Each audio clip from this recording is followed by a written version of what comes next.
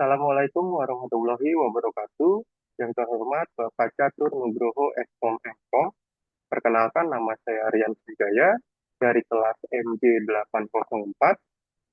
Saya akan mempresentasikan ujian akhir semester Bisnis Intelijen dengan tema penerapan bisnis intelijen pada perusahaan manufaktur kap minuman. Pembahasannya yaitu yang pertama, latar belakang, kedua, model data bisnis intelijen, ketiga, visualisasi laporan tahunan, keempat, penerapan bisnis intelijen untuk visualisasi laporan tahunan, kelima, bisnis intelijen untuk laporan kinerja produk, keenam, bisnis intelijen untuk laporan pendapatan dan penjualan tahunan, ketujuh, bisnis intelijen untuk laporan segmen pelanggan, delapan, bisnis intelijen untuk efektivitas model pengiriman, dan 9 kesimpulan, dan yang ke-10 yaitu referensi. Yang pertama yaitu latar belakang. Perusahaan manufaktur plastik yang memproduksi kap minuman menghadapi lingkungan bisnis yang semakin dinamis.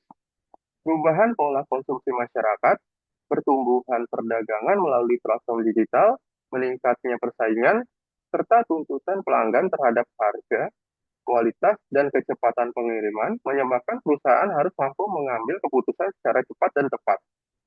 Dalam kegiatan operasional, dalam kegiatan operasionalnya, perusahaan menghasilkan data dalam jumlah besar, antara lain data produksi, penjualan, pelanggan, persediaan bahan baku, transaksi marketplace, distributor, biaya produksi, kualitas produk, hingga data pengiriman.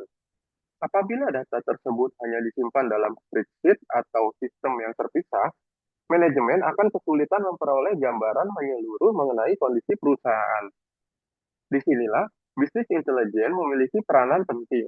Bisnis intelijen merupakan pendekatan yang mengubah data bisnis menjadi informasi dan wawasan yang dapat digunakan dalam pengambilan keputusan. Bisnis intelijen tidak hanya berfungsi menghasilkan laporan, tetapi membantu manajemen melihat apa yang terjadi, mengapa terjadi, serta tindakan apa yang perlu dilakukan. Selanjutnya yaitu model data bisnis intelijen. Untuk perusahaan kap minuman, model data dapat dibuat menggunakan STAR skema. Yang pertama melalui tabel fakta, yaitu pertama fakta sales, melalui ID transaksi, ID produk, ID pelanggan, ID waktu, ID wilayah, jumlah terjual, harga, diskon, dan pendapatan.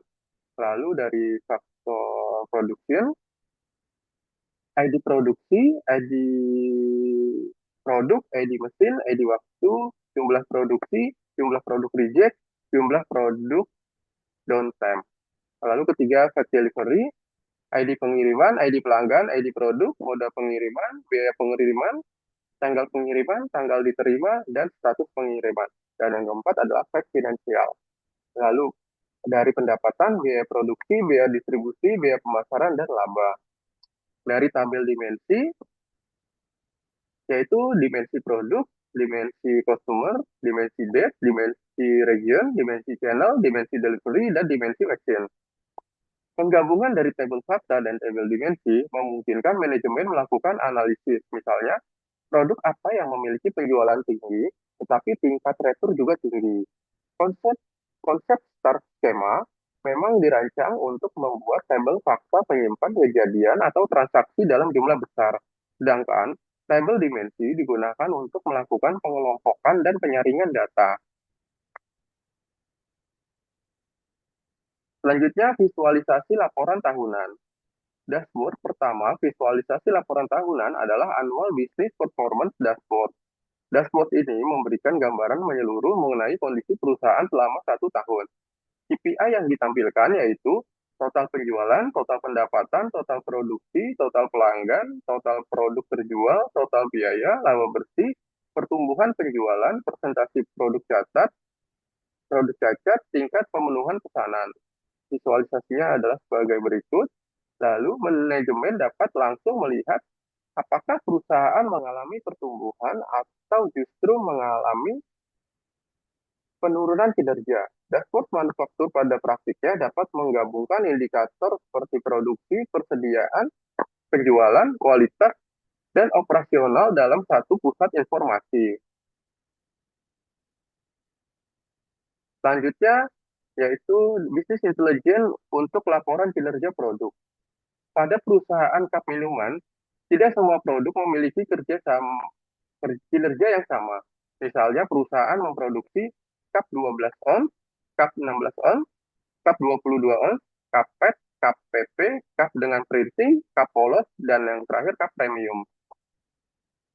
Contoh indikator produk performance dashboardnya yaitu indikator volume penjualan, fungsinya mengukur jumlah produk terjual, revenue per produk, mengetahui pendapatan produk, gross margin, mengetahui keuntungan produk, growth rate, melihat pertumbuhan produk, return rate, menilai tingkat pengembalian produk, production cost, mengukur biaya produksi, inventory turnover, mengukur perputaran persediaan.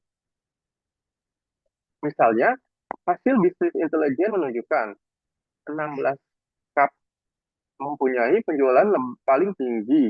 Cup 16 ons mempunyai penjualan paling tinggi tetapi margin keuntungannya rendah. Maka manajemen tidak boleh langsung menyimpulkan bahwa cup 16 ons merupakan produk terbaik. Manajemen harus membandingkan volume penjualan, harga jual, biaya produksi, margin, dan tingkat retur. Hal ini merupakan salah satu keunggulan bisnis intelijen. Keputusan tidak hanya berdasarkan berapa banyak produk yang terjual, tetapi berdasarkan nilai ekonomi yang dihasilkan produk tersebut. Selanjutnya, bisnis intelijen untuk laporan pendapatan dan penjualan tahunan. Bisnis intelijen dapat mengubah data penjualan menjadi informasi mengenai tren dan sumber pendapatan perusahaan. Dashboard dapat memberikan analisis yang pertama berdasarkan waktu, penjualan bulanan, penjualan kuartalan, penjualan tahunan, dan pertumbuhan year on year. Lalu berdasarkan wilayah, misalkan Jakarta, Jawa Barat, Jawa Tengah, Jawa Timur, atau wilayah lainnya. Selanjutnya berdasarkan channel, yaitu distributor, toko, marketplace, penjualan langsung, dan reseller. Lalu yang keempat ada berdasarkan produk, yaitu produk dengan penjualan tertinggi, produk dengan margin tertinggi, dan produk yang mengalami penurunan. Dengan demikian, perusahaan dapat menemukan sales pattern, misalnya bisnis intelijen menemukan bahwa penjualan meningkat tajam pada bulan Ramadan yang menjelang hari raya.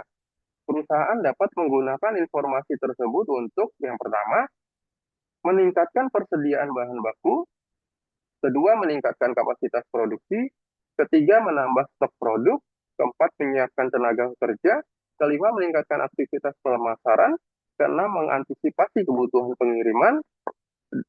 Dengan kata lain, laporan penjualan tidak berhenti sebagai laporan historis, tetapi digunakan sebagai dasar perencanaan operasional berikutnya.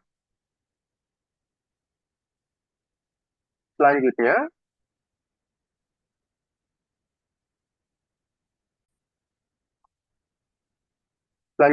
adalah bisnis intelijen untuk laporan segmentasi pelanggan. Data pelanggan merupakan salah satu sumber informasi strategi. Perusahaan dapat menggunakan bisnis intelijen untuk melakukan customer segmentation berdasarkan yang pertama, wilayah, jenis usaha, frekuensi pembelian, volume pembelian, nilai transaksi, produk yang dibeli, metode pembelian, channel, dan tingkat loyalitas. Contohnya seperti segmen pelanggan A, karakteristiknya volume tinggi dan rutin. Strateginya yaitu kontrak jangka panjang. Lalu pelanggan B, karakteristiknya volumenya sedang, strateginya yaitu program diskon. Selanjutnya pelanggan C, karakteristik pembelian tidak rutin. Lalu strateginya promosi dan remarketing. Lalu pelanggan D, volumenya kecil, strateginya yaitu berupa penawaran paket. Lalu terakhir dari pelanggan E, karakteristiknya yaitu pelanggan baru, strateginya program customer acquisition. Perusahaan dapat mengembangkan customer dashboard untuk mengetahui pelanggan yang paling menguntungkan. Hal ini penting karena pelanggan dengan transaksi terbesar belum tentu pelanggan paling menguntungkan. Bisnis intelijen memungkinkan perusahaan membandingkan revenue, diskon biaya distribusi, retur, dan margin per pelanggan. Selanjutnya yaitu bisnis intelijen untuk efektivitas moda pengiriman. Aspek logistik sangat penting dalam bisnis manufaktur karena produk harus sampai pada pelanggan dalam kondisi dan waktu yang sesuai. Perusahaan dapat mengintegrasikan data dari yang pertama, kendaraan perusahaan, ekspedisi, distributor, marketplace, dan jasa logistik. Kemudian perusahaan membuat delivery performance dashboard dengan menggunakan indikator KPI, yaitu indikator KPI-nya on time delivery atau OTD, yaitu persentase pengiriman tepat waktu. Lalu delivery lead time, lama waktu dari pemesanan sampai diterima. Yang ketiga, shipping cost, biaya pengiriman. Selanjutnya, damage rate, tingkat kerusakan barang. Yang selanjutnya, return rate, persentase barang dikembalikan. Selanjutnya, delivery success rate, tingkat keberhasilan pengiriman. Dan yang terakhir, cost per order, atau biaya pengiriman per transaksi. Contoh analisisnya yaitu yang pertama, moda A, biaya murah tetapi keterlambatan tinggi. Lalu moda B, biaya lebih mahal tetapi tepat waktu. Dan yang terakhir moda C, biaya sedang tetapi tingkat kerusakan produk tinggi. Bisnis intelijen memungkinkan perusahaan membandingkan biaya dan kualitas layanan bukan hanya harga pengiriman. Keputusan akhirnya dapat berupa moda B digunakan untuk pelanggan prioritas, moda A untuk pelanggan dengan kebutuhan biaya rendah, sedangkan moda C dievaluasi atau diganti. Kesimpulan dari presentasi saya kali ini yaitu bisnis intelijen sangat relevan diterapkan pada perusahaan manufaktur cup minuman karena perusahaan menghadapi volume data yang semakin besar dan kompleks. Bisnis intelijen memungkinkan perusahaan mengintegrasikan data transaksi, produksi, keuangan, pelanggan, pemasaran, persediaan, dan distribusi menjadi informasi yang lebih mudah dipahami. Penerapan bisnis intelijen dapat menghasilkan 5 kelompok informasi utama, yaitu yang pertama, laporan tahunan untuk melihat kesehatan dan perkembangan perusahaan. Kedua, laporan kinerja produk untuk menentukan produk yang memiliki penjualan dan profitabilitas terbaik. Ketiga, laporan pendapatan dan penjualan untuk mengetahui tren penjualan, channel, wilayah, dan pencapaian target. Keempat, laporan segmen pelanggan untuk memahami karakteristik dan nilai setiap kelompok pelanggan. Dan yang kelima, laporan efektivitas moda pengiriman untuk mengukur biaya, ketepatan waktu, tingkat kerusakan, dan kualitas distribusi. Keberhasilan bisnis intelijen harus dilihat dari kemampuan perusahaan mengubah data menjadi insight yang menghasilkan keputusan dan tindakan yang meningkatkan kinerja perusahaan. Oleh karena itu, konsep yang tepat adalah data menjadi informasi, lalu ke insight, selanjutnya ke decision, action, dan evaluation. Dengan pendekatan tersebut, bisnis intelijen dapat menjadi instrumen strategis bagi perusahaan untuk meningkatkan efisiensi produksi, efektivitas pemasaran, kepuasan pelanggan, optimalisasi distribusi, pengendalian biaya, dan profitabilitas. Bisnis intelijen juga membantu menggeser pola pengambilan keputusan dari yang sebelumnya berbasis intuisi menuju data-driven decision making, yaitu pengambilan keputusan yang menggunakan data dan analisis sebagai dasar utamanya. Berikut adalah referensi dari presentasi saya kali ini. Terima kasih. Mohon maaf jika ada kesalahan atau kekurangan dalam penyampaian presentasi saya kali ini. Wassalamualaikum warahmatullahi wabarakatuh.